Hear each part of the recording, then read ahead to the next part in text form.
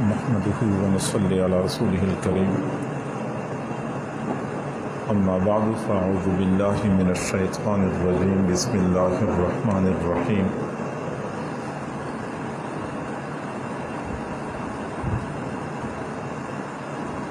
وما أرسلنا من رسول إلا ليطاع بإذن الله صدق الله العظيم وبلغنا رسوله النبي الكريم ونحن على ذلك لمن الشاهدين والشاكرين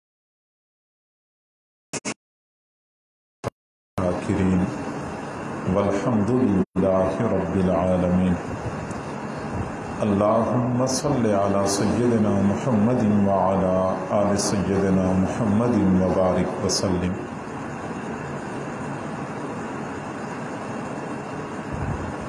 اللہ رب العزت نے ہمیں زندگی گزارنے کا جو دستور عطا فرمایا ہے اسے قرآن مجید کہتے ہیں۔ قرآن مجید ایک کامل مکمل کتاب ہے جس میں زندگی گزارنے کے تمام طور طریقے مذکور ہیں، لیکن کسی بھی کتاب پر عمل کرنا اس وقت تک ممکن نہیں ہوتا جب تک کہ بندے کے پاس کوئی عملی نمونہ موجود نہ ہو۔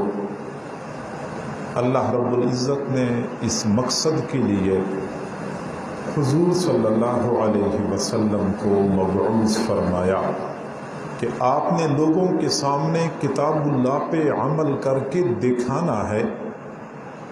اگر آپ صلی اللہ علیہ وسلم دنیا میں تشریف نہ لاتے تو قرآن میں ہمیں رکوع اور سجدے کا حکم تو دیا گیا ہے، لیکن ہم سجدہ کرنے کی کیفیت سے نا آشنا ہوتے، ہمیں رکوع کرنے کا حقیقی طریقہ نہ آتا، لیکن آپ صلی اللہ علیہ وسلم کو اللہ رب العزت نے قرآن پر عمل کر کے دکھانے کے لیے دنیا میں مبعوث فرمایا، اور آپ نے اپنا عظیم فریضہ پورا کر کے دنیا سے کوچ فرما لیا۔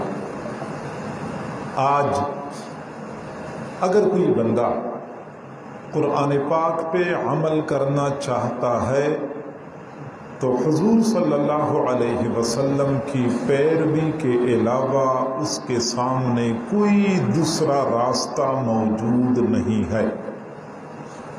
کوئی بندہ اللہ کی بندگی اختیار کرنا چاہتا ہے تو آپ صلی اللہ علیہ وسلم کی تعلیمات کو اپنائے بغیر اس کی کوئی بندگی اللہ کے ہاں قبول و مقبول نہیں ہے۔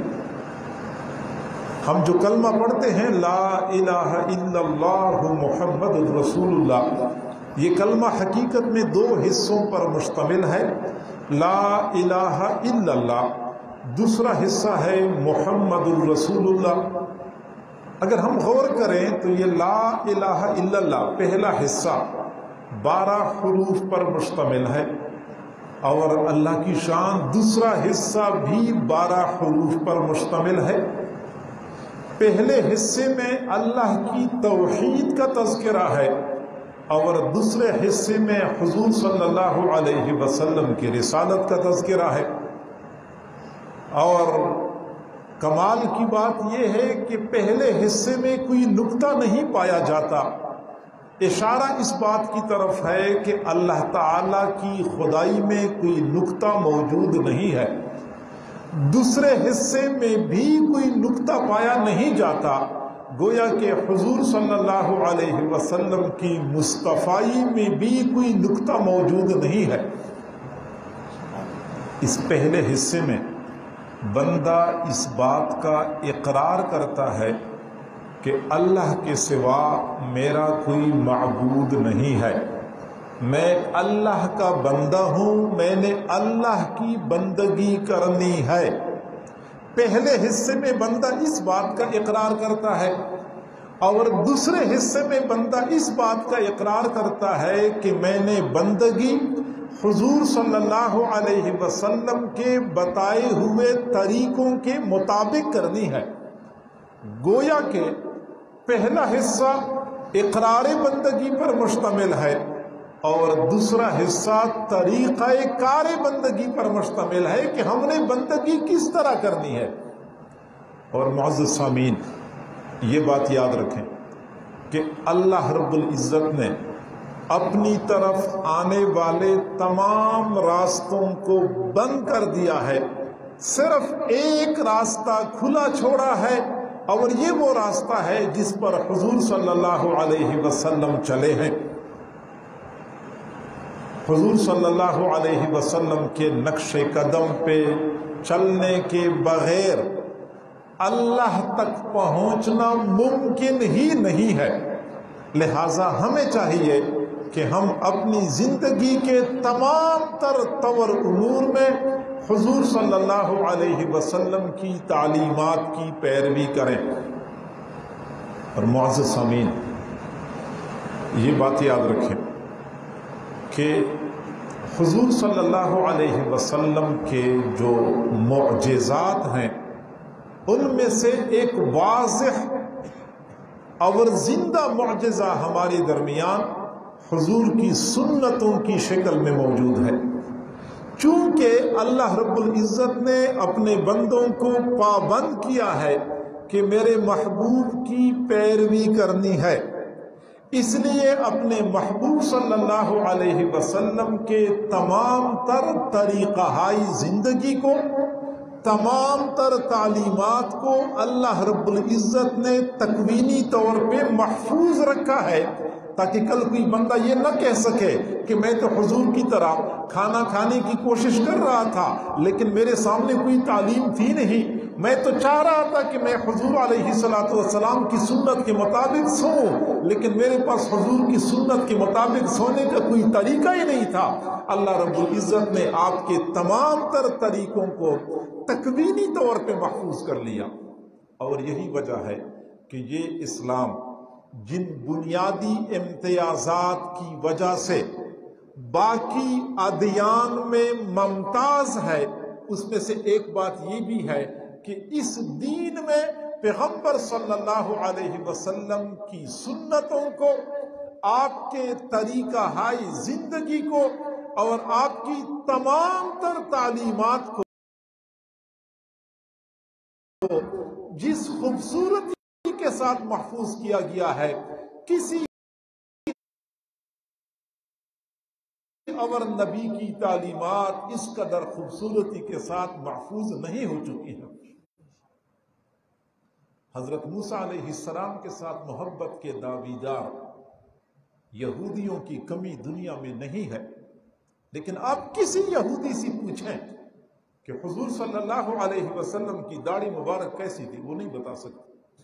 آپ صلی اللہ علیہ وسلم کے کھانا کھانے کا انداز کیسے تھا ان کو نہیں معلوم۔ یہودیوں کے پاس حضرت موسیٰ علیہ السلام کی تعلیمات میں سے تورات کے علاوہ کچھ بھی نہیں ہے، اور تورات میں بھی تحریف در تحریف ہو چکی ہے۔ عیسائی لوگ جو حضرت عیسیٰ علیہ السلام کو اللہ کا بیٹا مانتے ہیں، آپ کسی عیسائی سے پوچھیں کہ حضرت عیسیٰ علیہ السلام کے چلنے کا انداز کیسے تھا، وہ نہیں بتا سکتے۔ حضرت عیسیٰ علیہ السلام کی مسکرانے کا انداز کیسے تھا، وہ نہیں بتا سکتے۔ ان کے پاس صرف انجیل ہے، اور انجیل میں بھی بار بار تبدیلی کی گئی ہے۔ اس مذہب کے علماء نے دنیاوی اغراض کے لیے، دنیاوی فائدے کے لیے اللہ کی کتاب میں اپنے نبی کی تعلیمات میں تبدیلی کر دی، تغیر کر دیا، لہٰذا ان کے پاس اپنے نبی کی تعلیمات اصلی حالت میں موجود نہیں ہیں۔ اور میرے بھائیوں، اس امت پر امت کے علماء کا اور محدثین کا اور خاص طور پہ حضرات صحابہ کرام کا احسان عظیم ہے، جنہوں نے ایک ایک حدیث کی خاطر مہینوں سفر کی مشقتیں برداشت کر لیں، آپ صلی اللہ علیہ وسلم کی احادیث کو، آپ کے طریقہ ہائے زندگی کو نہ صرف یہ کہ محفوظ کر لیا بلکہ امت تک پہنچانے کا حق بھی ادا کر لیا۔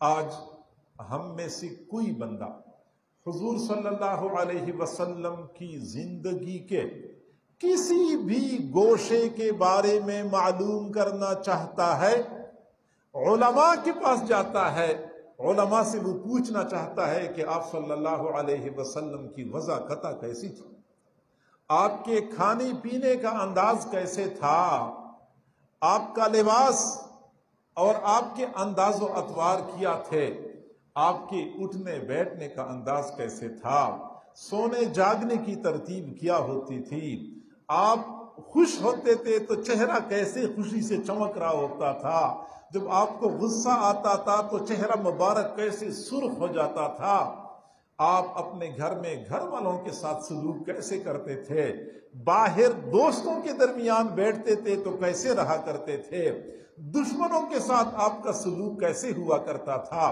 آپ کی معیشت اور معاشرت کیسی ہوتی تھی، آپ کی خوشی اور غمی کس طرح ہوا کرتی تھی، آپ کا لباس کیسے ہوتا تھا، آپ کا قد مبارک کیسے تھا، آپ کے بال مبارک کیسے تھے، آپ کے دندان مبارک کے درمیان خلا کیسی تھی، آپ کی آنکھوں کے پلکوں کے بال کیسے تھے، آپ کے پاؤں مبارک کے تلوے نیچے سے کیسے گہرے تھے، آپ کی ایڑیاں مبارک پر گوشت تھی یا گوشت سے خالی تھیں۔ حضور صلی اللہ علیہ وسلم کی پوری زندگی اس امت کے سامنے کھلی کتاب کی مانند موجود ہے۔ یہ معجزہ ہے، جس طرح قرآن عظیم الشان کو اللہ رب العزت نے محفوظ رکھا ہے، کیونکہ قرآن قیامت کی صبح تک واجب العمل ہے، اس پر عمل کرنا ضروری ہے۔ اسی طرح اللہ تعالیٰ نے حضور صلی اللہ علیہ وسلم کی حدیث کو، حضور صلی اللہ علیہ وسلم کی تمام تر تعلیمات کو محفوظ کر رکھا ہے، کیونکہ رسول اللہ کی تعلیمات قیامت کی صبح تک واجب العمل رہیں گی۔ آپ حیران رہ جائیں گے میرے بھائیو، سچی بات یہ ہے، ہم تو صرف علماء پر تنقید ہی کر سکتے ہیں نا، صرف الزام تراشیاں ہی کر سکتے ہیں، ہم صرف ان کے خلاف پروپیگنڈا ہی کر سکتے ہیں، کبھی ہم نے ان کی خدمات کو مثبت انداز سے دیکھا ہی نہیں ہے، کبھی ہم نے ان کی خدمات کا جائزہ ہی نہیں لیا ہے۔ آپ حیران ہو جائیں گے کہ محدثین نے اس بات کو معلوم کرنے کے لیے کہ فلاں محدث کی حدیث پر اعتماد کیا جا سکتا ہے یا نہیں کیا جا سکتا، اس کو معلوم کرنے کے لیے محدثین کے حالات کتابوں میں محفوظ کر دیے ہیں۔ ایک محدث ہے، اس کے بارے میں محدثین نے یہ بات لکھی ہے کہ وہ کب پیدا ہوا، وہ کب فوت ہوا، اس کی اپنی زندگی میں کس کس سے ملاقات ہوئی، اس نے زندگی میں کہاں کہاں کا سفر کیا تھا، اس کا حافظہ کمزور تھا یا مضبوط تھا، وہ جھوٹ بولتے تھے یا نہیں بولتے تھے، اور وہ کس قدر قابل اعتماد تھا۔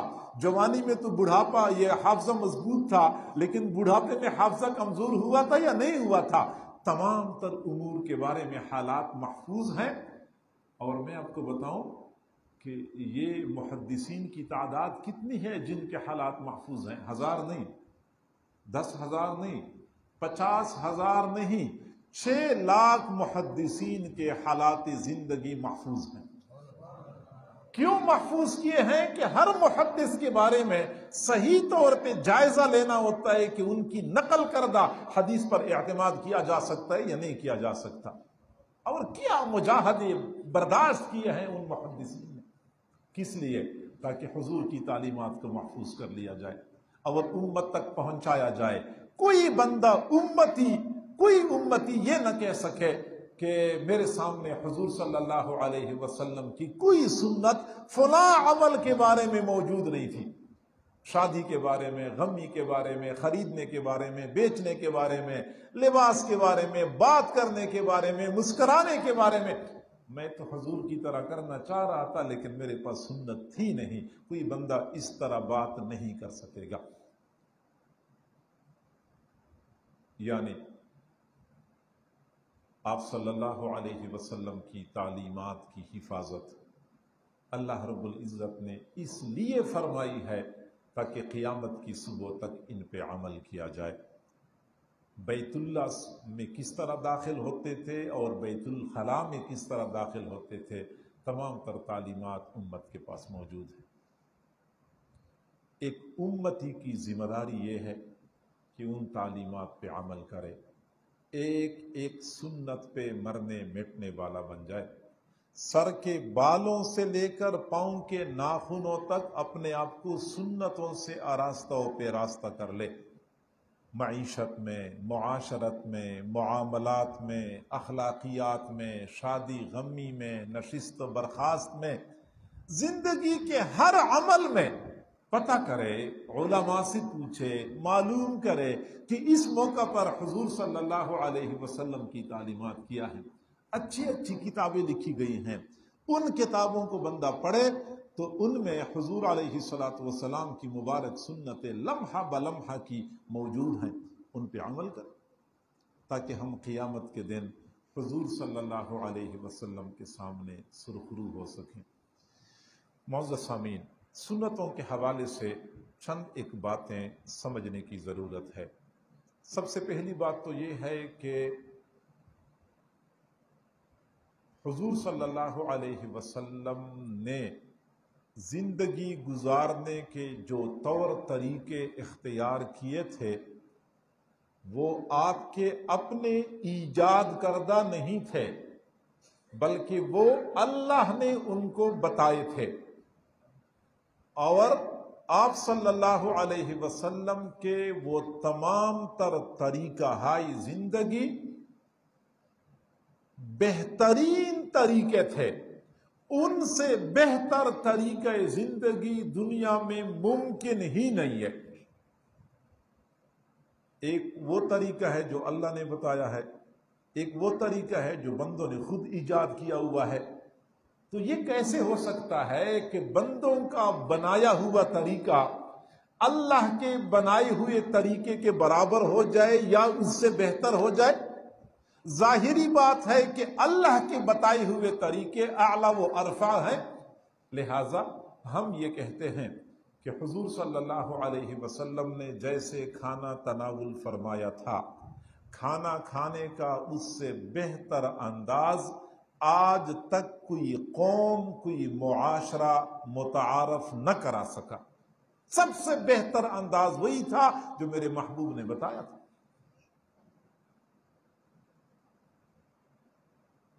ہمارے ایک بہت بڑے عالم ہیں، مناظر بھی ہیں، وہ فرماتے ہیں کہ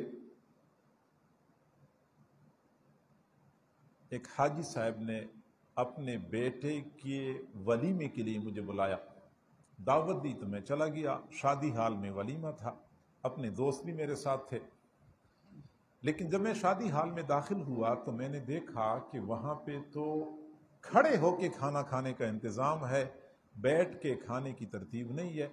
خیر ہمارے لیے تو انہوں نے ایک کونے میں جگہ بنائی تھی، نیچے زمین پہ دسترخوان بچھایا تھا، ہم نے وہاں کھانا کھایا۔ لیکن میں نے حاجی صاحب سے پوچھا کہ حاجی صاحب آپ ماشاءاللہ صوم و صلات کے پابند ہیں اور آپ پہلی صف میں تکبیر اولیٰ کے ساتھ میرے پیچھے نمازیں پڑھنے والے ہیں، آپ نے ایسا کیوں کیا کہ شادی حال میں کھانے کا انتظام کیا تو کھڑے ہو کے کھانا لوگ کھا رہے تھے، بیٹھ کے انتظام نہیں تھا؟ تو حاجی صاحب نے کہا کہ مولانا کیا کریں، آپ کو تو پتہ ہے نا کہ میرا بیٹا بڑا پڑھا لکھا ہے، PhD ڈاکٹر ہے، اور اس کے سارے دوست احباب پڑھے لکھے ہیں، کوئی PhD ڈاکٹر ہے، کوئی میڈیکل ڈاکٹر ہے، تو کوئی پروفیسر ہے، تو کوئی فلاں ہے، تو کوئی فلاں ہے، یہ سارے جتنے آپ کو نظر آتے ہیں سارے وہی ہیں۔ اور آپ کو پتہ ہے کہ اب جدید دور ہے، سائنس نے بڑی ترقی کر لی ہے اور یہ سارے پڑھے لکھے ہیں، اور یہ پڑھے لکھے لوگ کہتے ہیں کہ کھڑے ہو کے کھانا چاہیے۔ تو وہ فرماتے ہیں کہ میں نے کہا کہ اچھا بندہ PhD کر لیتا ہے، میڈیکل ڈاکٹر بنتا ہے، تو اتنے سال پڑھنے کے بعد اس نتیجے پر پہنچتا ہے کہ کھانا کھڑے ہو کر کھانا چاہیے۔ اگر یہی بات ہے تو ان لوگوں سے تو گدھا ہی اچھا ہے کہ جو ایک دن بھی سکول نہیں گیا لیکن اس کو پتہ ہے کہ کھانا کھڑے ہو کے کھانا چاہیے۔ حقیقت یہی ہے کہ ہم ویسے مرعوب ہو جاتے ہیں. سچی بات یہ ہے کہ آج کوئی بھی بندہ جتنا انسانیت سے دور ہوتا جاتا ہے اتنا ہی کہا جاتا ہے کہ یہ ماڈرن ہو گیا، اور وہ جتنا انسانیت سے دور ہوتا جائے گا اتنا ہی حیوانیت کے قریب ہوتا جائے گا. میں کوئی ہوائی باتیں نہیں کر رہا، میں زمینی حقائق بیان کر رہا ہوں. یہ آج ایک ہمیں پروپیگنڈا کیا جاتا ہے فلاں بڑا ماڈرن ہے اور ہم قدامت پرست ہیں اور وہ ماڈرن ہو گئے. حالانکہ سچی بات یہ ہے کہ جن کو ہم ماڈرن کہتے ہیں وہ سارے کے سارے قدامت پرست ہیں. اب میں آپ کو حقائق کی روشنی میں بتانا چاہتا ہوں کہ جب حضور صلی اللہ علیہ وسلم دنیا میں تشریف لائے اس وقت عرب معاشرے کی جو حالت تھی، جو قدامت پرستی تھی عرب معاشرے میں، آج بھی جدید ذہن کے لوگوں میں وہی باتیں پائی جاتی ہیں. قرآن نے بھی یہ حقیقت بیان کی ہے، وَقَرْنَ فِي بُيُوتِكُنَّ وَلَا تَبَرَّجْنَ تَبَرُّجَ الْجَاهِلِيَّةِ الْأُولَى. گھروں میں قرار پکڑ لو، اور اگر گھر سے باہر نکلو گی تو یہ ایسے ہوگا کہ تم پرانی جاہلیت کی باتوں کی پیروی کرنا شروع کر دو گی. تو خواتین کو فرمایا کہ یہ پرانی جاہلیت کا طریقہ ہے کہ خواتین گھر سے باہر نکلا کرتی تھیں. تو گویا کہ یہ قدامت پرستی یہی ہے کہ خواتین گھر سے باہر نکلیں. اگر خواتین گھر کے اندر ہوں تو یہ جدت پسندی ہے، یہ اسلام نے ہمیں بتایا ہے. اچھا، حضور دنیا میں تشریف لائے اس وقت عرب معاشرے کی حالت کیا تھی کہ لوگ ننگے ہونے کو عیب نہیں سمجھتے تھے. بیت اللہ کا طواف مکمل ننگے ہو کے کیا کرتے تھے، ننگے ہو کے نہایا کرتے تھے. جیسے باہر کنویں کے کنارے بیٹھ کے نہانا شروع کر دیا یا کہیں چشمے کے پاس بیٹھ کے ننگے ہو کے نہانا شروع کر دیا. معاشرے کے اندر رائج تھا اور آج بھی وہی سلسلہ چل رہا ہے. سود خوری عام تھی، آج بھی وہی سود خوری کا سلسلہ چل رہا ہے. شراب نوشی عام تھی، اتنی شراب نوشی تھی کہ بچہ پیدا ہوتا تھا حلق میں سب سے پہلا قطرہ شراب کا ٹپکایا کرتے تھے. آج بھی وہی سلسلہ چل رہا ہے. زناکاری وہاں اتنی عام تھی کہ باقاعدہ کھلے عام لوگوں نے باندیاں رکھی ہوتی تھی اور ان باندیوں کو کمائی کا ذریعہ بنایا کرتے تھے. باقاعدہ گھروں کے اوپر جھنڈے لگایا کرتے تھے کہ اس گھر میں ضرورت پوری کی جا سکتی ہے. بخاری شریف کی روایت ہے، جھنڈے لگے ہوتے تھے. تو یوں سمجھ لیں کہ پہلے جھنڈے لگے ہوتے تھے، آج کل اسٹیٹس لگا لیتے ہیں، اور آج کل جدید میڈیا کے ذریعے پیغامات دیے جاتے ہیں. تو طریقہ وہی ہے جو اسلام سے پہلے تھا. آج بھی جو لوگ جدت پسندی کا دعویٰ کرتے ہیں حقیقت میں اسلام سے پہلے والی قدامت پرستی اور جاہلیت کے طور طریقے ہیں. اب مسئلہ یہ ہے کہ ہماری ایمانی کمزوری ہے کہ ان لوگوں کے پروپیگنڈے سے مرعوب ہو جاتے ہیں اور ہم سمجھتے ہیں کہ شاید وہ تو ہو گئے ترقی یافتہ اور ہم پیچھے رہ گئے. جو بندہ کھڑے ہو کے کھانا کھائے ہم سمجھتے ہیں وہ ترقی یافتہ ہو گئے ہیں، ہم پیچھے رہ گئے ہیں. حالانکہ کھڑے ہو کے کون کھاتا ہے؟ جانور کھاتے ہیں، یا پرانے زمانے میں لوگ کھایا کرتے تھے. کھڑے ہو کے پیشاب کرنا عربوں میں بڑا رائج تھا، کوئی پرواہ نہیں کرتے تھے کہ لوگ میری طرف دیکھ رہے.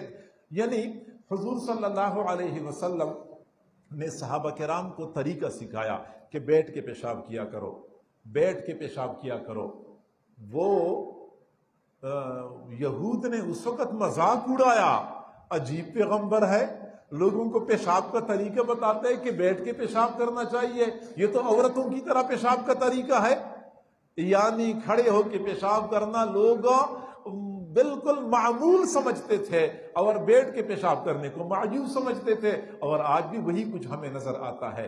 تو میرے بھائیوں، مرعوب ہونے کی ضرورت نہیں ہے، کیونکہ ہمارے پاس نبی کی تعلیمات بہترین تعلیمات ہیں، بہترین تعلیمات ہیں. ان سے بہتر طریقہ ہے زندگی دنیا میں ممکن ہی نہیں ہے. اور میں دوستوں سے کہا کرتا ہوں کہ ایک آدمی کی جھولی میں قیمتی ہیرے جواہرات ہوتے ہیں اور دوسرے آدمی کی جھولی میں موٹے موٹے پتھر ہوتے ہیں. تو یہ آدمی اس کے پتھروں کی طرف للچائی ہوئی نظر سے دیکھتا ہے کہ بڑے موٹے موٹے پتھر ہیں، بڑے موٹے موٹے پتھر ہیں. تو لوگ کہیں گے تو نادان ہے، تیری جھولی میں اتنے قیمتی ہیرے جواہرات ہیں، تجھے کیا ضرورت ہے کہ لوگوں کے پتھروں کو للچائی ہوئی نظر سے دیکھ رہا ہے؟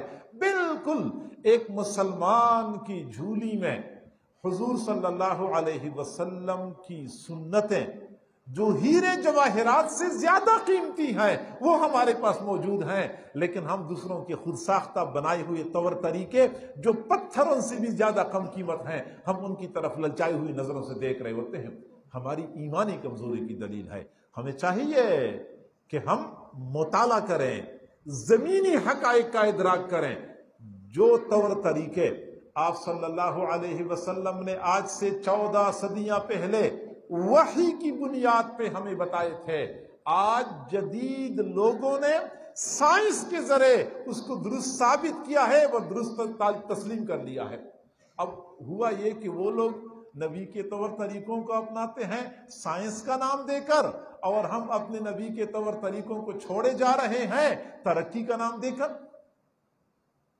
بلکہ جو لوگ سنتوں کی بات کریں ان کو تانے دیے جاتے ہیں، وہ دنیا چاند پہ چڑھ گئی، وہ تم پرانی باتیں کرتے ہو، اور تم پرانی باتیں کرتے ہو کہ شلوار ٹخنوں سے اوپر رکھنی چاہیے، دنیا چاند پہ چڑھ گئی۔ تو ہم یہ کہتے ہیں کہ انسان چاند پہ چڑھ جائے پھر بھی انسان ہوگا، اور انسانوں کی طرح رہنا ہوگا۔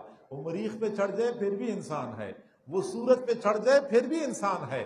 اور یہ بات یاد رکھیں کہ وہ لوگ اگر چاند پہ چڑھے ہیں تو کھڑے ہو کے پیشاب کرنے کی وجہ سے نہیں چڑھے، وہ پینٹ شرٹ پہننے کی وجہ سے نہیں چڑھے، وہ جانوروں کی طرح ایک دوسرے کے ساتھ خواہشات پوری کرنے کی وجہ سے نہیں چڑھے ہیں، وہ سائنس پر محنت کر کے چڑھ چکے ہیں۔ آج کوئی بندہ ان کی طرح لباس پہن کے زمین پہ اس طرح چلنا شروع کر دے جیسا کہ وہ چاند پہ چل رہا ہو، یہ اس کی خام خیالی ہے، اس طرح چاند پہ نہیں چڑھا جا سکتا۔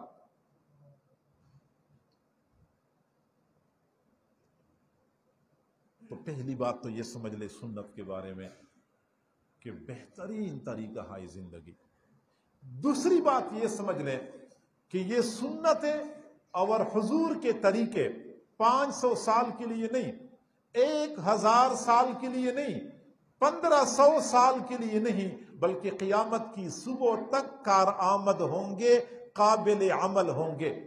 وجہ یہ ہے کہ آپ صلی اللہ علیہ وسلم کی نبوت قیامت کی صبح تک کے لیے ہے، اس لیے آپ کے تمام تر طور طریقے قیامت کی صبح تک قابل عمل رہیں گے۔ یہ نہیں ہو سکتا کوئی بندہ کہہ دے کہ وہ پرانے زمانے کی بات ہے، اب زمانہ بدل گیا ہے، اب بہت عرصہ گزر چکا ہے۔ بھائی زمانہ کتنا ہی آگے کیوں نہ بڑھ جائے، حضور صلی اللہ علیہ وسلم کی نبوت ہم مانتے ہیں جب تک ہم یہ کلمہ پڑھتے رہیں گے لا الہ الا اللہ محمد الرسول اللہ، اس وقت تک نبی کی تعلیمات پہ عمل کرنا ضروری ہوگا۔ اور اگلی بات یہ کہ حضور صلی اللہ علیہ وسلم کی یہ طور طریقے دنیا کے ہر خطہ ارض کے لیے ہیں۔ یہ نہیں کہا جا سکتا کہ پاکستان اور سعودی عرب اور بنگلہ دیش کے لیے تو یہ طور طریقے قابل عمل ہیں، لیکن یورپ میں قابل عمل نہیں ہیں، امریکہ اور برطانیہ میں قابل عمل نہیں، وہاں اس پہ عمل نہیں ہو سکتا، کالج اور یونیورسٹی میں قابل عمل نہیں ہے۔ میرے بھائیوں، میرے محبوب صلی اللہ علیہ وسلم کی نبوت 6 بر اعظموں کے لیے نہیں، 6 تو آباد ہے نا، وہ جو 7واں غیر آباد بر اعظم ہے اس کے لیے بھی حضور کی نبوت ہے۔ بلکہ آپ دنیا کو چھوڑے چاند پہ چڑھ جائیں وہاں پہ بھی میری نبی کی نبوت ہوگی، آپ مریخ پہ آباد ہو جائیں وہاں پہ بھی میرے نبی کی نبوت ہے، بے شک آپ سورج پہ چڑھ جائیں وہاں پہ بھی میری نبی کی نبوت ہے۔ تو جہاں جہاں میرے نبی کی نبوت ہے وہاں وہاں میرے نبی کی تعلیمات واجب عمل ہیں۔ نہیں کہا جا سکتا کہ میں یورپ میں رہتا ہوں تو لہٰذا وہاں سنت پہ عمل نہیں ہو سکتا۔ ہاں، ایمانی کمزوری ہو تو پھر بندہ حیلے بہانے بناتا ہے، بندہ حیلے بہانے بناتا ہے، نہیں یہاں تو یہ نہیں ہو سکتا، اب حالات بدل گئے ہیں، حالانکہ اپنی ایمانی کمزوری ہوتی ہے۔ میرے حضرت، میرے پیر و مرشد حضرت مولانا حافظ پیر ذوالفقار احمد صاحب نقشبندی مجددی دامت برکاتہم العالیہ نے فرمایا کہ بیرون ملک ایک جگہ پہ جمعہ پڑھنے کا اتفاق ہوا۔ جمعہ پڑھانے کے لیے جو خطیب صاحب آئے اس کا چہرہ بالکل صاف ستھرا تھا، سر بالکل ننگا تھا، لباس غیروں کا پہنا ہوا تھا۔ میرے بھائیوں، اپنے علماء کی قدر کریں، مساجد کے ائمہ کی قدر کریں، جنہوں نے تمام تر مجاہدات برداشت کر لی ہے، لیکن حضور صلی اللہ علیہ وسلم کی وضاقتہ کو بالکل اصلی حالت میں اپنایا ہوا ہے۔ ایک بال کے برابر بھی کسی قسم کی کمی کے روادار نہیں ہے۔ باہر کی دنیا میں جائیں گے، پھر آپ کو وہاں پہ مسجدوں کے امام ملیں گے، وہاں پہ آپ کو وہاں کی ان کے سکالر ملیں گے، وہاں خطیب حضرات آپ کو ملیں گے۔ وہاں مسجدوں کے اندر ایک جبہ لٹکایا جاتا ہے محراب میں، اس کے ساتھ ایک داڑھی بھی لٹکائی جاتی ہے، مصنوعی داڑھی۔ پھر خطیب صاحب آتے ہیں، آتی سب سے پہلے داڑھی لگا لیتے ہیں، پھر اس کے بعد وہ جبہ پہن لیتے ہیں، پھر اس کے بعد منبر پہ بیٹھ کے قرآن و حدیث کی باتیں کرنا شروع کر دیتے ہیں۔ ہمارے علماء کو طعنے ملے، ان کا لوگوں نے مذاق اڑایا، ان کے خلاف لوگوں نے پروپیگنڈا کیا، ان کو ستایا گیا، ان کو پریشان کیا گیا۔ مقصد صرف یہ تھا کہ جس طرح تم ان پرانے طور طریقوں پہ پختہ ہو، ان کو چھوڑتے کیوں نہیں ہو؟ لیکن ان علماء سے قربان جائیں جنہوں نے حضور صلی اللہ علیہ وسلم کی سنتوں کی اس چراغ کو جلائے رکھا ہے۔ حالات کتنے ہی ناخوشگوار کیوں نہ ہوں، طوفان اور جھکڑ چل رہے ہوں، پھر بھی انہوں نے سنتوں کے چراغ کو بجھنے نہیں دیا ہے۔ تو میرے حضرت فرماتے ہیں کہ خطیب صاحب منبر پہ بیٹھ گئے، چہرہ صاف ستھرا، لباس غیروں کا پہنا ہوا، سر بالکل ننگا تھا، اور بیٹھ کے قرآن و حدیث کے حوالے سے گفتگو کرنی شروع کر دی، اور بات کرتے کرتے کہنے لگا کہ آج کل یہ پینٹ شرٹ کا لباس اتنا عام ہو چکا ہے، آج کل یہ پینٹ شرٹ کا لباس اتنا عام ہو چکا ہے، اگر اس وقت نعوذ باللہ نعوذ باللہ حضور صلی اللہ علیہ وسلم بھی تشریف لاتے، وہ بھی پینٹ شرٹ کا لباس پہن لیتے۔ ہمارے حضرت جی فرماتے ہیں کہ میں نے جب سنا تو مجھے تو اپنے پاؤں کی نیچے سے زمین سرکتی ہوئی محسوس۔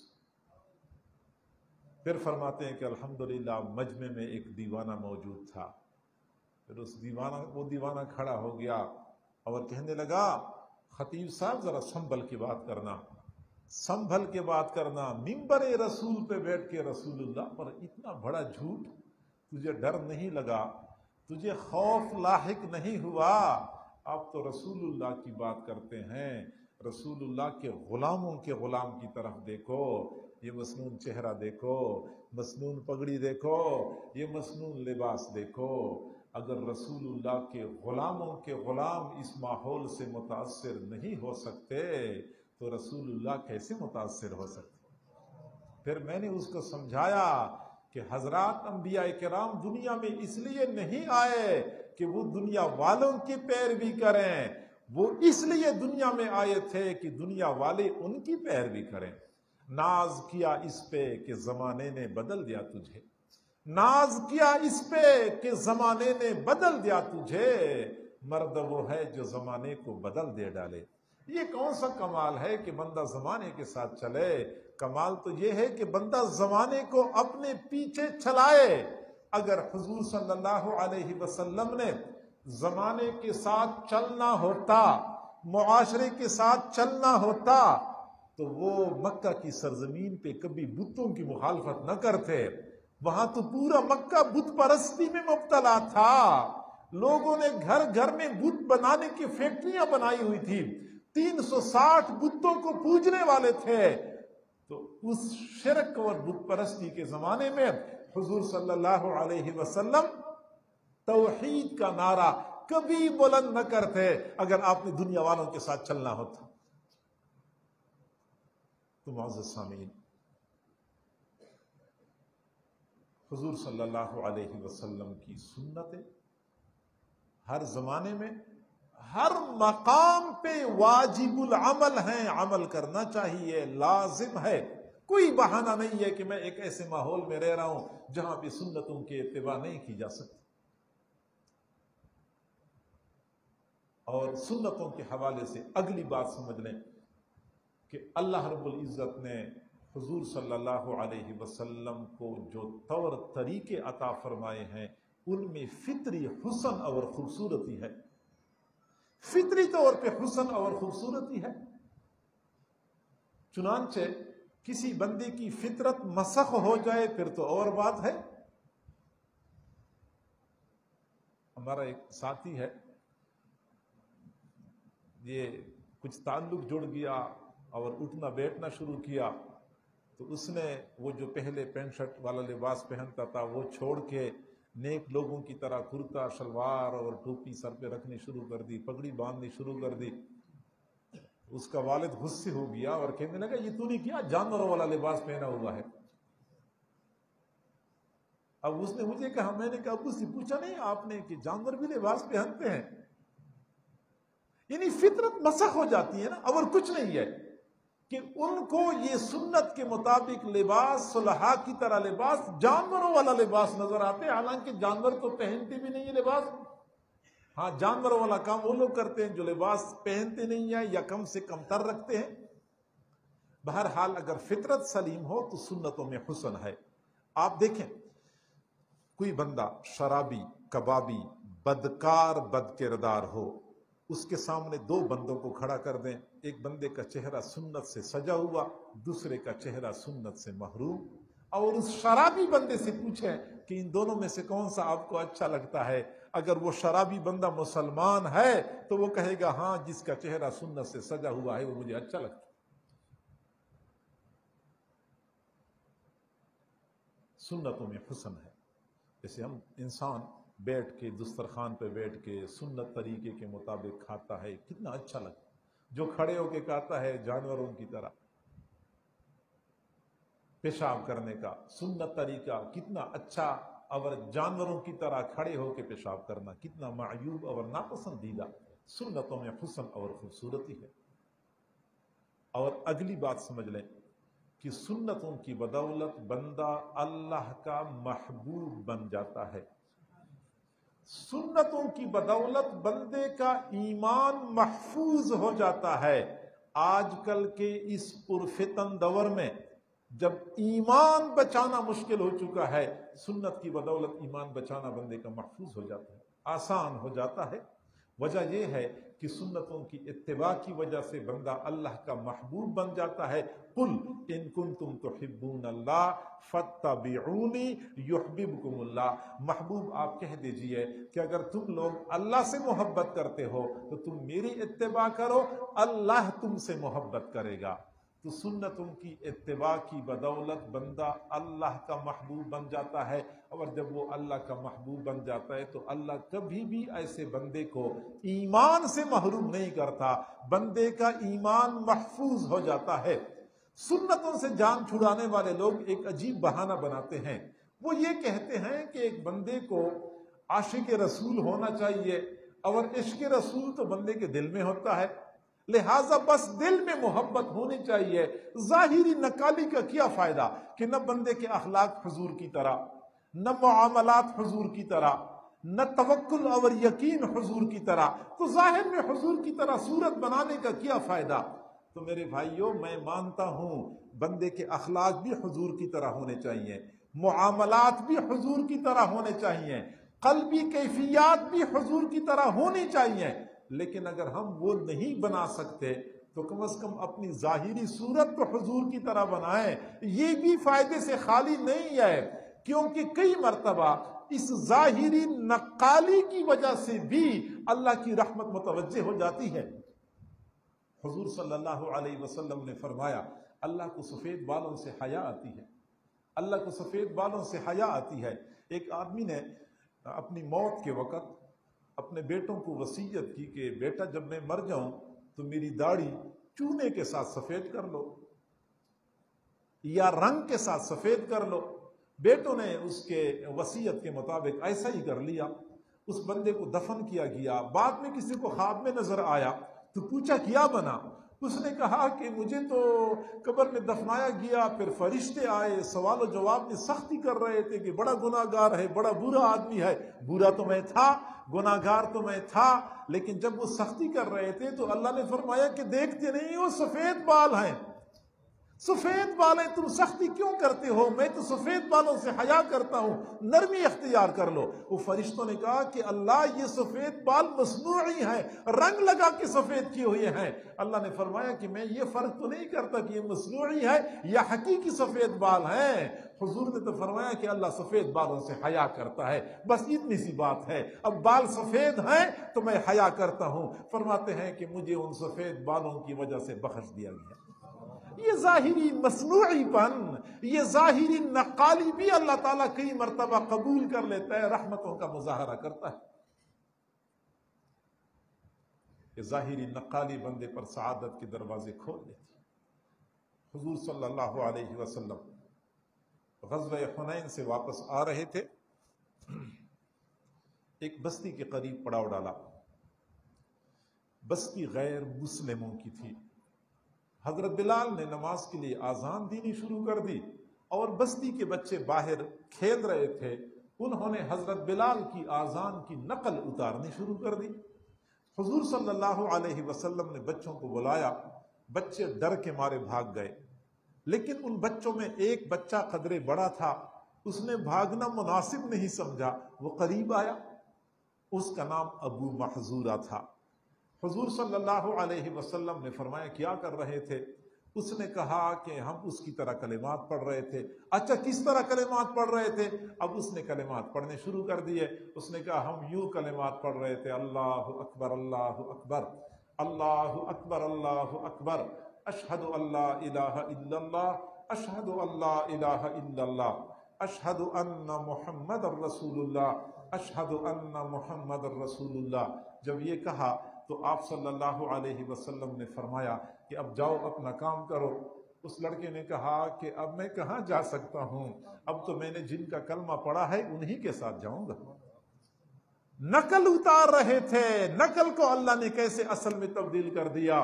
آپ صلی اللہ علیہ وسلم نے اس لڑکے کو اپنے ساتھ لیا، نوجوان تھا، یہ جوانی میں قدم رکھ چکا تھا، مکہ مکرمہ چونکہ پہلے سے فتح ہو چکا تھا، مسجد حرام میں ایک مؤذن کی ضرورت تھی۔ حضور صلی اللہ علیہ وسلم کی نگاہ انتخاب حضرت ابو محذورہ پہ پڑ گئی۔ وہ ابو محذورہ جنہوں نے حضرت بلال کی آذان کی نقل اتاری تھی، مسلسل 60 سال تک مسجد حرام میں آذانیں دیتے رہے۔ اللہ تعالیٰ نقل کو اصل میں تبدیل کر دیتا ہے، لہٰذا ہم جتنا کر سکتے ہیں حضور صلی اللہ علیہ وسلم کی نقالی کر لیا کریں۔ تیرے محبوب کی یا رب شباہت لے کے آیا ہوں، تیرے محبوب کی یا رب شباہت لے کے آیا ہوں، حقیقت اس کو تو کر دے، میں صورت لے کے آیا ہوں۔ یہ ظاہری صورت اور یہ ظاہری نقالی بھی اللہ تعالی حقیقت میں تبدیل کر دیتے۔ اور یہ بھی ایک حقیقت ہے کہ ہمارے اکابر مشائخ نقش بند نے سنت کی اتباع پہ اتنا زور دیا ہے کہ معلوم ہوتا ہے کہ کسی بھی سالک کی روحانی ترقی سنت کی اتباع کے بغیر ممکن ہی نہیں ہے۔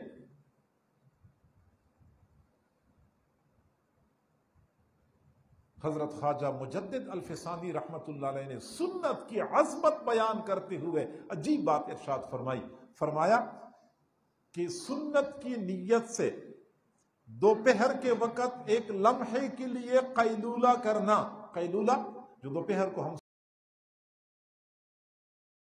سوتے ہیں، بندہ سو جائے پھر ٹھیک ہے، نیند نہ آئے یا نیند کا وقت نہ ہو، بندہ ویسے ہی لیٹ جائے، تھوڑی دیر کے لیے آنکھیں بند کر لے 10-15 منٹ کے لیے کہ چلو وہ سنت پہ عمل ہو جائے، اس کو قیلولہ کہتے ہیں، یہ سنت ہے۔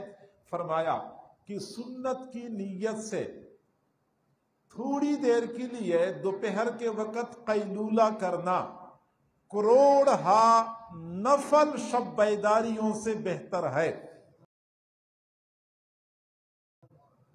نفل شب بیداریوں سے بہتر ہے۔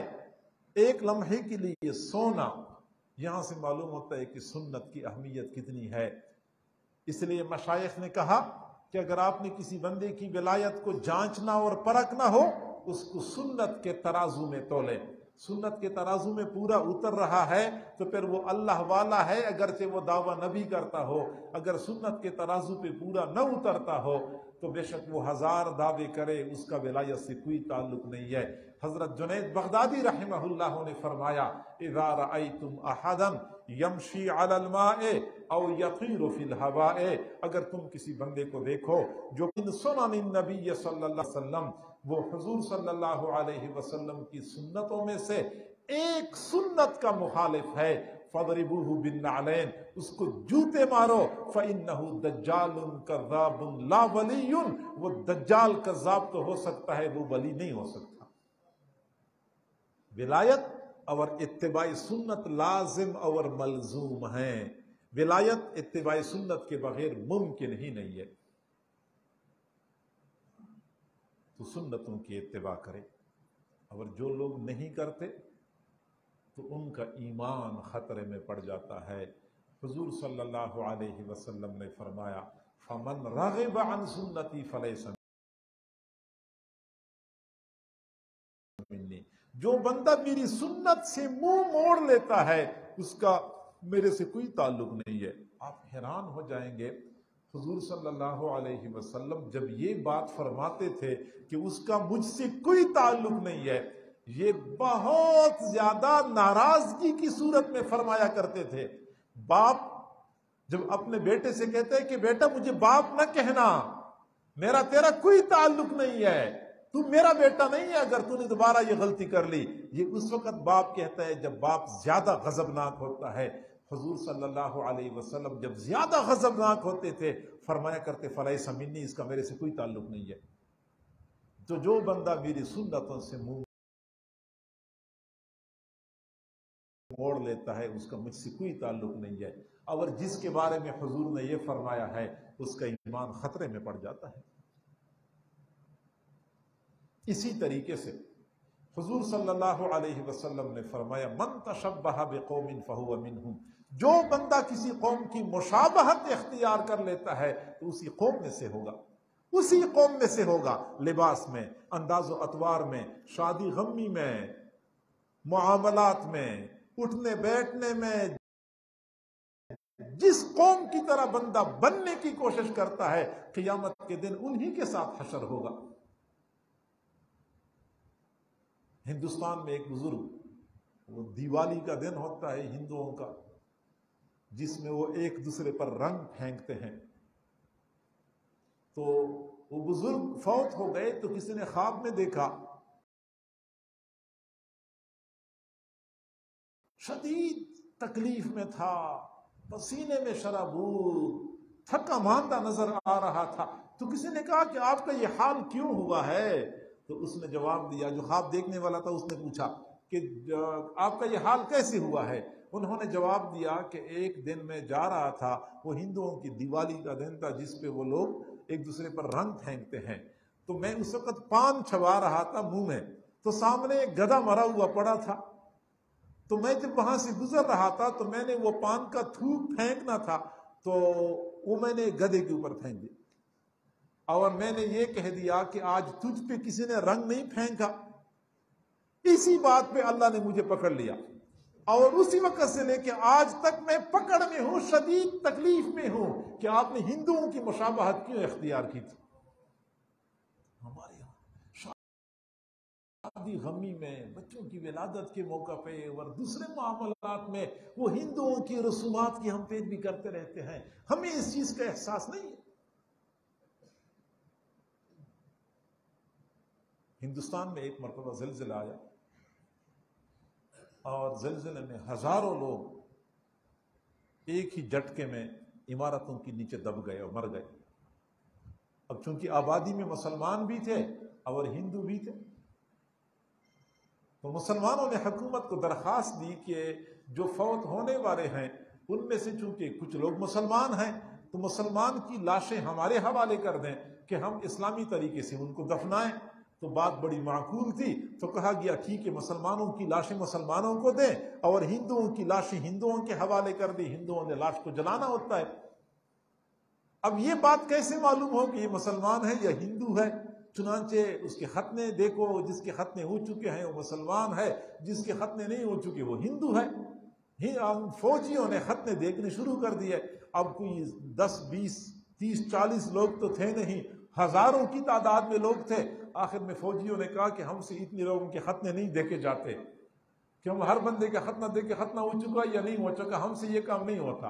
پھر اعلان کر دیا گیا کہ ان کے ظاہری صورت کو دیکھو، جن کی ظاہری صورت مسلمانوں والی ہے اس کو مسلمانوں کے حوالے کر دو، جس کی ظاہری صورت ہندوؤں والی ہے اس کو ہندوؤں کے حوالے کر دو۔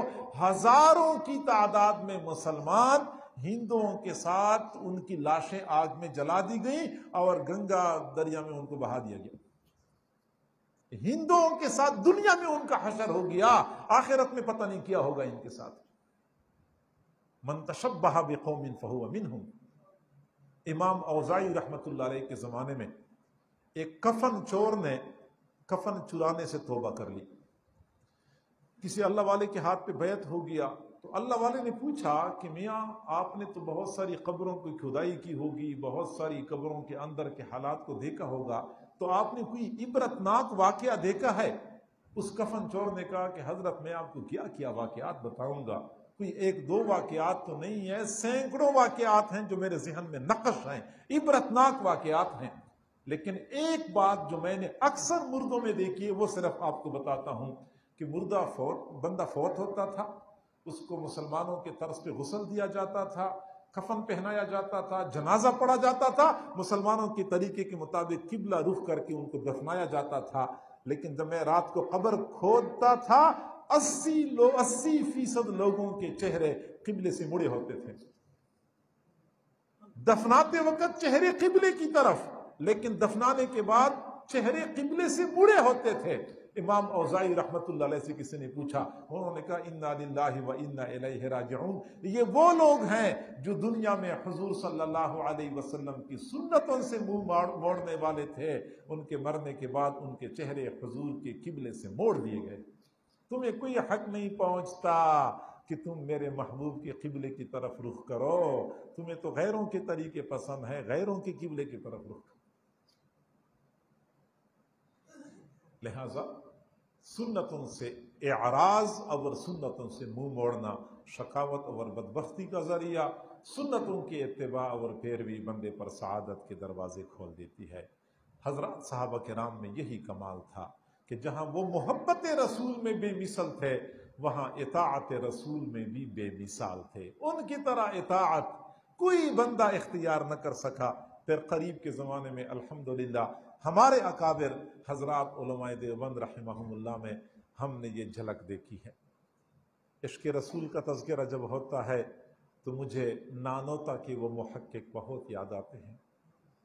مکہ مکرمہ سے مدینہ منورہ کا سفر جاری تھا، اونٹ پہ سوار تھے، دور سے جب مدینہ منورہ کی آبادی نظر آئی تو اونٹ سے نیچے اترے، جوتے اتار کے ننگے پیر چلنا شروع کر دیا۔ شاگردوں نے کہا استاد جی ابھی تو مدینہ کا شہر بہت دور ہے، راستے میں کانٹے دار جھاڑیاں ہیں، سنگریزیں ہیں، آپ کے نرم و نازک پاؤں زخمی ہو جائیں گے۔ حضرت نانوتوی رحمت اللہ علیہ نے فرمایا کہ بیٹا یہ سنگریزیں میرے سامنے بھی ہیں، یہ کانٹے دار جھاڑیاں مجھے بھی نظر آ رہی ہیں، لیکن میری محبت مجھے اس بات کی اجازت نہیں دیتی کہ اس سرزمین کو اپنے پاؤں تلے روند ڈالوں جس سرزمین پہ میرے محبوب نے قدم رکھے، اس سرزمین کو اپنے جوتوں تلے روندنا میری محبت مجھے اجازت نہیں دیتی۔ عشق رسول کا تذکرہ ہوتا ہے تو مجھے محدث مدنی بہت یاد آتے ہیں۔ دارالعلوم دیوبند کے صحن میں کیکر کا درخت لگوایا، شاگردوں نے کہا استاد جی مدرسوں کے صحن میں لوگ سایہ دار درخت لگواتے ہیں، پھلدار درخت لگواتے ہیں، کیکر کے درخت سے تو کانٹوں کے سوا کچھ بھی نہیں ملتا۔ فرمایا جی ہاں بیٹا آپ لوگوں کو تو کیکر کے درخت سے کانٹوں کے سوا کچھ بھی نہیں ملتا، جبکہ مجھے تو کیکر کے درخت سے بہت کچھ ملتا ہے۔ جس دن سے میں نے پڑھا ہے کہ حضور صلی اللہ علیہ وسلم نے صلح حدیبیہ کے موقع پہ جس درخت کے نیچے صحابہ کرام سے بیعت لی تھی وہ کیکر کا درخت تھا، اس دن سے میرے دل میں کیکر کی محبت پیدا ہو چکی ہے۔ میں کیکر کو دیکھتا رہوں گا، اپنے محبوب کی یاد کو تازہ کرتا رہوں گا۔ جب بھی عشق رسول کا تذکرہ ہوتا ہے تو مجھے گنگوہا کے وہ فقی بہت یاد آتے۔ اپنے شاگردوں کو مسجد کے صحن میں حدیث پڑھا رہے تھے، اچانک بارش شروع ہو گئی۔ شاگردوں نے کتابیں بچانے کے لیے مسجد کے ہال کی طرف دوڑنا شروع کر دیا۔ حضرت گنگوئی رحمت اللہ علیہ نے دیکھا کہ باہر شاگردوں کی جوتیاں گیلی ہو رہی ہیں، گئے رومال بچھایا، شاگردوں کی جوتیاں رومال میں ڈال کے گٹڑی بنا کے سر پہ رکھ کے مسجد کے ہال کی طرف لانا شروع کر دیا۔ شاگردوں کی چیخیں نکل گئیں، استاد جی ہمیں اتنا گناہ گار تو نہ کریں، ہماری جوتیاں تو کم از کم سر پہ نہ اٹھائیں۔ حضرت گنگوئی رحمت اللہ علیہ نے فرمایا تم میرے محبوب کی حدیثیں پڑھتے ہو، رشید احمد گنگوہی تمہاری جوتیاں سر پہ نہ اٹھائے تو اور کیا کریں۔ حضور کی حدیثیں پڑھنے والوں کے لیے دل میں اتنی محبت تھی، تو حضور کے لیے دل میں محبت کا کیا عالم ہوگا، ہم اس کا تصور نہیں کر سکتے۔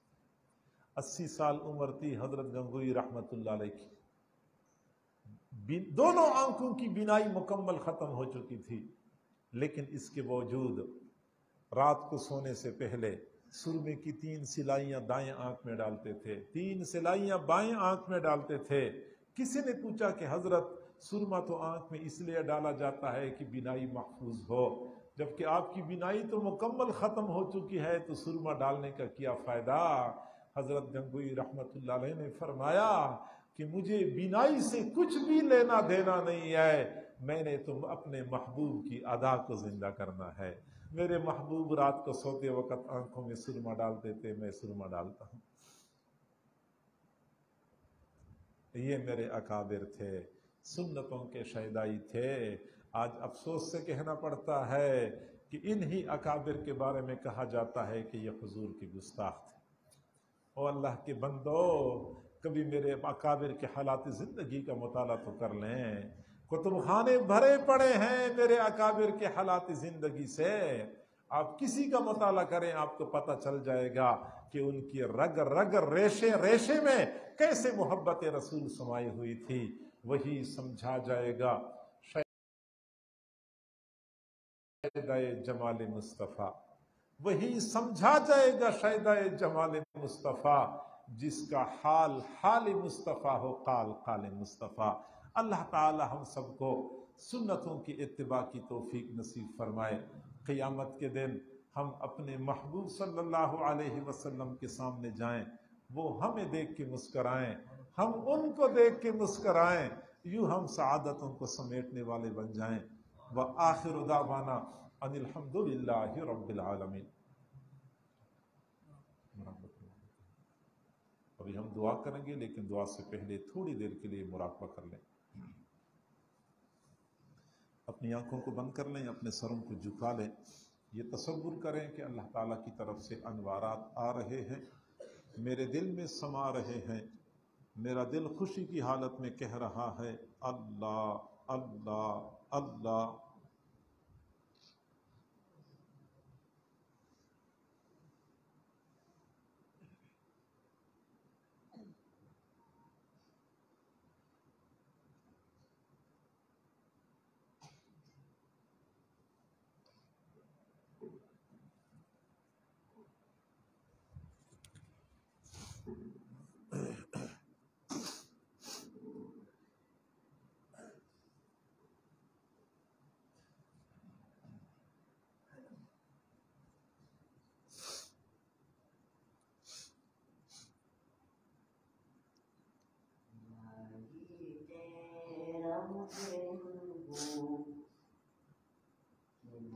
تجھ کو بلا بیٹھا الہی تیرا مجرم ہوں کہ میں تجھ کو بلا بیٹھا، میں اپنے آپ میں گویا خدا خود کو بنا بیٹھا، میں اپنے آپ میں گویا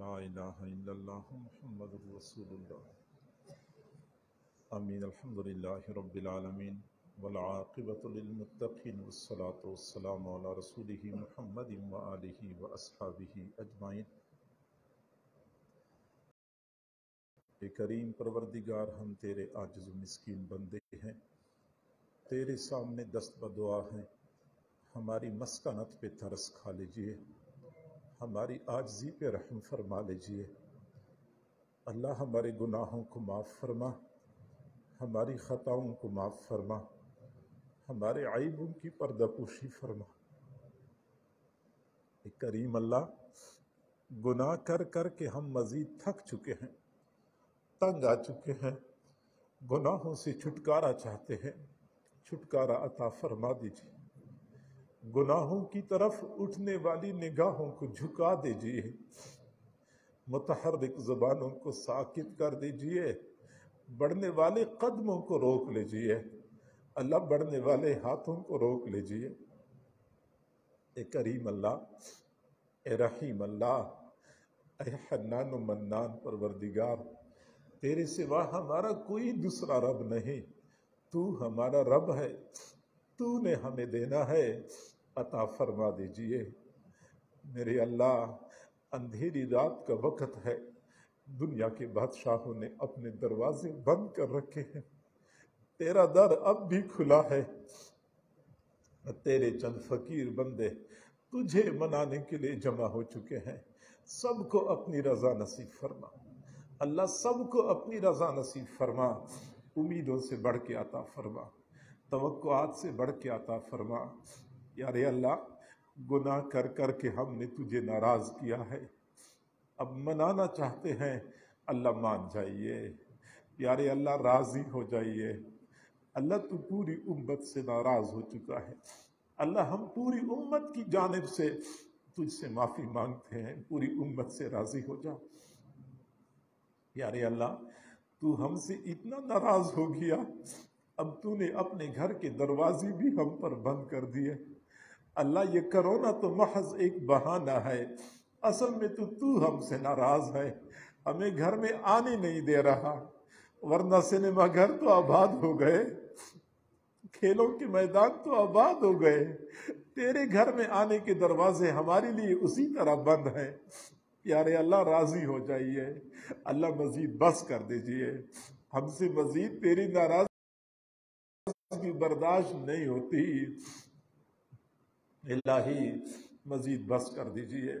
اے کریم پروردگار، اے رحیم پروردگار، الہ العالمین، یا اکرم الاکرمین، ہمیں اچھی طرح پتہ ہے تجھے ہماری کوئی ضرورت نہیں ہے، تو بے نیاز ہے، لیکن ہم کیا کریں، ہمارا تیرے بغیر گزارا نہیں ہے، کہاں چلے جائیں، کس کو دل کا دھکڑا سنائیں، کس کا دروازہ کھٹکھٹائے۔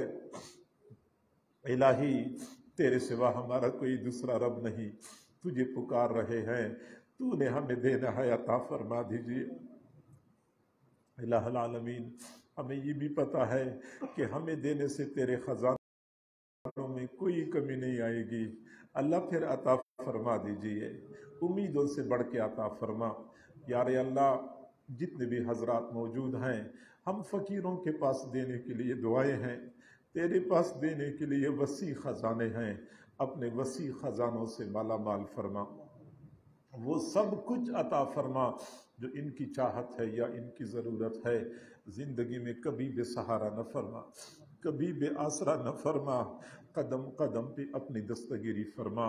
اللہ، بے روزگاروں کو روزگار نصیب فرما، بے اولادوں کو اولاد عطا فرما، جو صاحب اولاد ہیں ان کو اولادوں کی خوشیاں نصیب فرما، اولادوں کے دکھوں سے محفوظ فرما، اولاد کے غموں سے محفوظ فرما۔ الہ العالمین، جن کے والدین عزیز و اقارب فوت ہو چکے ہیں ان کی مغفرت فرما، جو بیمار ہیں یا گھروں میں بیمار ہیں ان کو شفا عطا فرما، شفا کاملہ عاجلہ مستمرہ عطا فرما۔ الہ العالمین، تمام حضرات کی تمام نیک تمناؤں کو پورا فرما، جن کے گھروں میں جوان بچے بچیاں ہیں، والدین کے لیے ان کے فرض ادا کرنے آسان فرما۔ جن کے دلوں میں چھپے ہوئے غم ہیں ان کے غموں کو ختم فرما، ادارے کو دن دگنی رات چوگنی ترقی عطا فرما، ادارے کا فیض عالم کے کونے کونے میں پہنچا، جن اسباب کی ضرورت ہے غیبی خزانوں سے اسباب کا انتظام فرما۔ الہ العالمین، جدید تعمیر کا سلسلہ جو شروع ہو چکا ہے، پیارے اللہ ان کے لیے غیب کے خزانوں سے اسباب مہیا فرما، اہل خیر کو اس طرف متوجہ فرما، معاونین کو اپنی شان کے مطابق اجر اور بدلہ نصیب فرما، تعمیری مراحل کو جلد از جلد تکمیل تک پہنچا دیجئے۔ الہ العالمین، یا اکرم الاکرمین، یا راحم المساکین، حضرت مفتی صاحب اور ان کے ساتھ کام کرنے والے احباب سب کی خدمات کو قبول و منظور فرما، پڑھنے والے طلباء کو علم نافع نصیب فرما، قرآن کا حافظ بنا، قرآن کا قاری بنا، قرآن کا عالم بنا، اللہ ان کو قرآن کا عاشق بنا، ہماری ان دعاؤں کو اپنی رحمت سے قبول و منظور فرما۔ وصلی اللہ کریم پروردگار ہماری پوری قوم کے محسن، ہماری اس پیارے پاکستان کے محسن ڈاکٹر عبدالقدیر خان صاحب کا انتقال ہوا، الہ العالمین انہوں نے دنیا کی تمام تر سہولیات کو ٹھوکر مار کے ملک و ملت کی خدمت کرتے ہوئے زندگی گزاری، اللہ اس کے بدلے ان کو اپنی شان کے مطابق اجر اور بدلہ نصیب فرما، ان کو اپنے ہاں اعلیٰ درجات نصیب فرما، قبر کو اللہ ان کے لیے جنت کا باغیچہ بنا، قبر پہ لاکھوں کروڑوں اربوں خربوں رحمت نازل فرما، سیئات کو حسنات میں تبدیل فرما۔ وصلی اللہ تعالی علی خیر خلقہ محمد و آلہ و اصحابہ